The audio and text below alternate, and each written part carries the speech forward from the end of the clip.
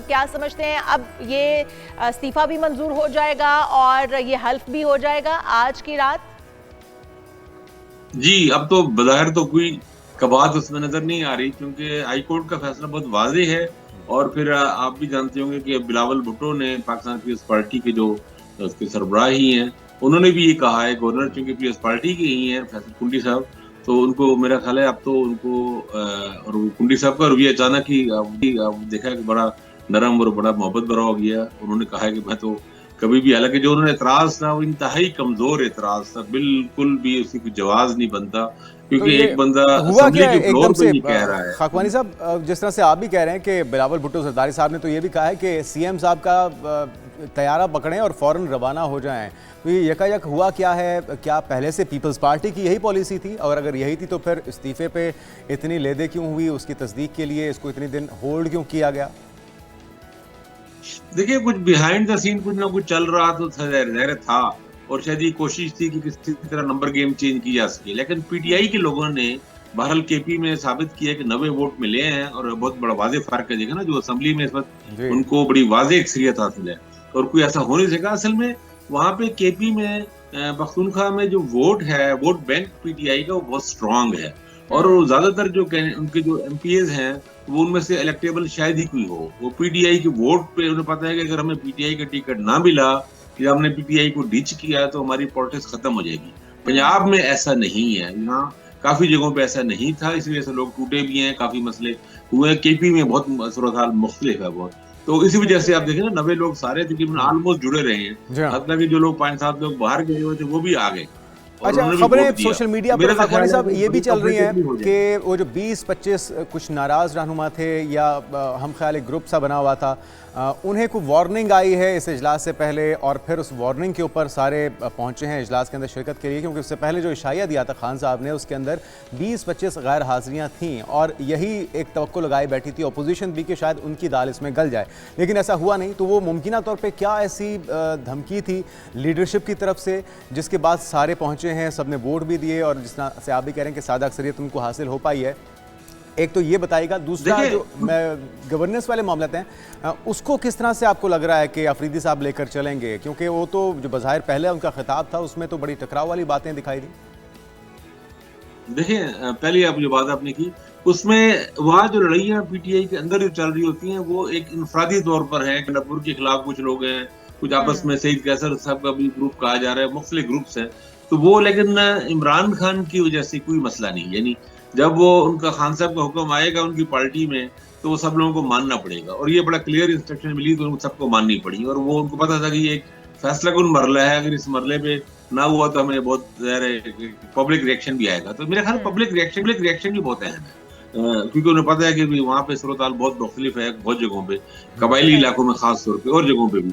अच्छा, दूसरी बात जो आपने की वो बहुत अहम सवाल है, क्योंकि ये कबायली इलाकों से पहली बार बने हैं चीफ मिनिस्टर। इनका आपको पता है खैबर एजेंसी से ताल्लुक है, अफरीदी कबीला, और अफरीदी कबीले की एक बड़ी बनफद हैसियत है, ये तकरीबन सारा ही कबीला पाकिस्तान में आबाद है। नहीं तो काफी पश्तून कबाइल ऐसे हैं कि जो कुछ हिस्सा उनका अफगानिस्तान में है, कुछ पाकिस्तान में है, उनके मामला और थोड़ा से, और अफरीदी खालिस्तान एक पाकिस्तानी बिल्कुल कबीला है। सारे लोग इसके वहाँ पे केपी के मुख्तलिफ इलाकों में ही आबाद हैं, और इसका मैंने, जहाँ तक मेरी मालूमात है, काफी कबायली इलाकों में बड़ी पजीराई भी मिली है। इवन वजीरिस्तान में जो वजीर हैं, वजीर कबाइल, हालांकि उनकी अफरीदियों से वैसे नहीं बनती, लेकिन बड़ा वेलकम किया, और उनके बड़े बड़े मलिक और कबायली मिशरान उसको वेलकम कर रहे हैं। उनको उम्मीद है कि इससे हमारे इलाकों में फायदा होगा, काम होंगे, डेवलपमेंट तो हकवानी बजट साहब, फिर आएगा, यूं सब लगता चीजें है कि ये फैसला पीटीआई के हक में तो सही साबित होगा, क्योंकि अगर तमाम लोग इस चीज़ को एक्सेप्टेंस दे रहे हैं और उन्हें वज़ीर आला केपीके के तौर पर कबूल कर रहे हैं और उनको बड़ा ही वार्म वेलकम कर रहे हैं, तो इसका मतलब ये है कि अब वो तमाम लोग जो इंतशार का शिकार हो गई थी पार्टी, और पार्टी के जो तमाम लोग थे, अब वो फिर एक पेज पर आ गए हैं। क्या समझते हैं सियासत में कोई नया मोड़ आने जा रहा है सोहेल अफरीदी के सीट संभालने के बाद, और बानी पीटीआई क्या समझते हैं कि वो अब क्या टास्क देने जा रहे हैं इनको? क्या निकलवा पाएंगे बानी पीटीआई को, रिहाई दिलवा पाएंगे सोहेल अफरीदी? देखिए, ये दो अलग अलग चीजें हो जाती हैं। गवर्नेंस एक अलग एजेंडा है, आप सूबे के लिए काम कर रहे हैं, बजट लोगों में लगा रहे हैं, जहाँ पे पसमानदा इलाके हैं वहाँ पे जाते हैं, वहाँ पे काम करने की कोशिश करते हैं, उसमें टाइम लगेगा ना। कोई भी किसी भी इलाके में आपकी सड़क भी बनानी हो, डेवलपमेंट बजट लगाना हो, उसमें 6-8 महीने 1 साल का पूरा लगेगा काम। लेकिन ये तो लग रहा है बहुत जल्दी में है, और इनको सिर्फ एजिटेशन के लिए एक बहुत स्ट्रॉन्ग टफ हार्ड मौक़िफ़ लेने के लिए इनको लगता है वज़ीर आला बनाया गया है, और उनका वाहिद एजेंडा वो अपनी पहली तकरीर में वाज़ेह कर चुके हैं कि खान साहब को छुड़वाना ही उनका वाहिद मकसद है।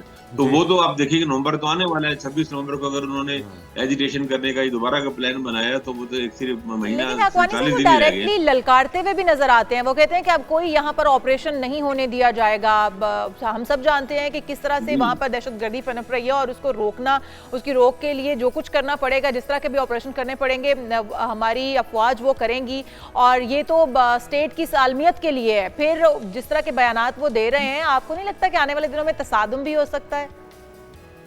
बिल्कुल शदीद तसादम हो सकता है, और इनका मौक़िफ़ बड़ा कमजोर है। नए जो सीएम बनने जा रहे हैं अफरीदी साहब का मौक़िफ़ कमजोर इसलिए है, ऑपरेशंस की मुखालफत कर रहे हैं। जो वहाँ पे टीटीपी कर रही है, जिस खौफनाक दहशतगर्दी का मुजाहरा कर रही है, उसमें जिनको मौक़िफ़ बनता ही नहीं है ना। मतलब पिछले कुछ ही दिनों में हमारे 70 से ज्यादा हमारे जवान अफसरान हमारे शहीद हुए हैं, और बहुत शदीद नुकसान पहुंचा है पिछले एक महीने में, और उनकी कार्रवाइयाँ बढ़ी हैं। फिर दूसरी अफगानिस्तान के हवाले से भी वो अजीब गरीब बात कर रहे हैं। वो सूबाई हुकूमत है उनकी, भाई आपका ये मरकज से फॉरेन पॉलिसी से ताल्लुक ही नहीं बनता कि भाई अफगानों को ना निकाला जाए।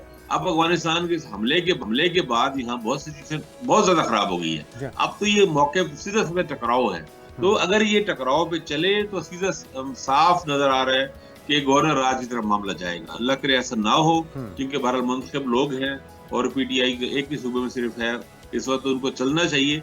लेकिन अगर इस तरह टकराव की पॉलिसी रखेंगे और सीधे डायरेक्ट सीधे खड़े हो जाएंगे कि ऑपरेशन नहीं होने दिया जाएगा, भाई आप ऐसे कह सकते हैं? अच्छा, अभी जो पहली तकरीर थी खाकवानी साहब, उसके अंदर भी ये जो बात हुई कि बानी को किस तरह से रिलीज़ करवाना है, ख़ुद को उन्होंने टकराव का या मज़ाहमत का चैम्पियन भी क्लेम किया, और अपनी जान वो कहते हैं मैं दूंगा तो इमरान के लिए, वो इस तरह की जो बातें उन्होंने सारा कुछ ये तो उन्होंने बता दिया कि उनका रोड मैप क्या है जिस पे वो चलने वाले हैं।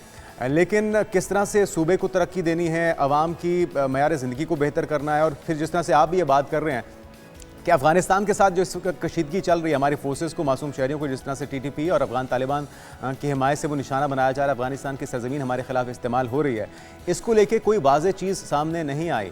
तो आपको लगता है कि जानबूझ के इस बारे में बात नहीं की गई, या फिर एक तो ना तजुर्बाकारी भी है, वो नौजवान है और कोई उनका माजी का कोई एक्सपीरियंस भी नहीं है, तो किस तरह से फिर मामला आगे बढ़ेंगे? गवर्नर राज के अलावा कोई और ऑप्शन भी है कि कोई और उनको सीनियर जो रहनुमा है वो उनको बता सकें कि जी इस तरह से मामला को सेटल डाउन किया जाए?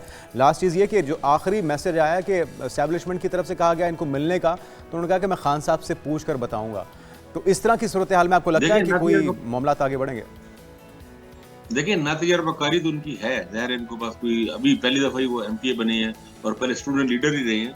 लेकिन उनको देखिए, उनको लाया ही इसीलिए किया है क्योंकि ये मेरिट बनता नहीं है। सोहेल अफरीदी साहब मेरिट पे चीफ मिनिस्टर नहीं बने, कोई इंसानी तजर्बा नहीं, वज़ीर आला के लिए जो अहलियत है उनके पास नहीं है। अगर वो मतलब अगर मेरिट पे लिस्ट बनाई जाए तो मेरे ख्याल है वो शायद टॉप 10 पे भी ना आए। केपी में खुद पीटीआई के अंदर भी लोग ज्यादा मौजूद हैं जो 2-3 बार बन चुके हैं, वजीर भी बन चुके हैं, तजर्बा भी उनको है। इनको लाया इसलिए किया है कि ये खान साहब की बात मानेंगे, सिर्फ उनकी बात मानेंगे और वो कंप्रोमाइज नहीं होंगे और टकराव की तरफ जाएंगे। और खान साहब कहेंगे कि असेंबली तोड़ दो, असेंबली तोड़ देंगे। वो अगर कहेंगे कि पूरा सुबह जाम कर दो तो जाम कर देंगे, सब कुछ करेंगे।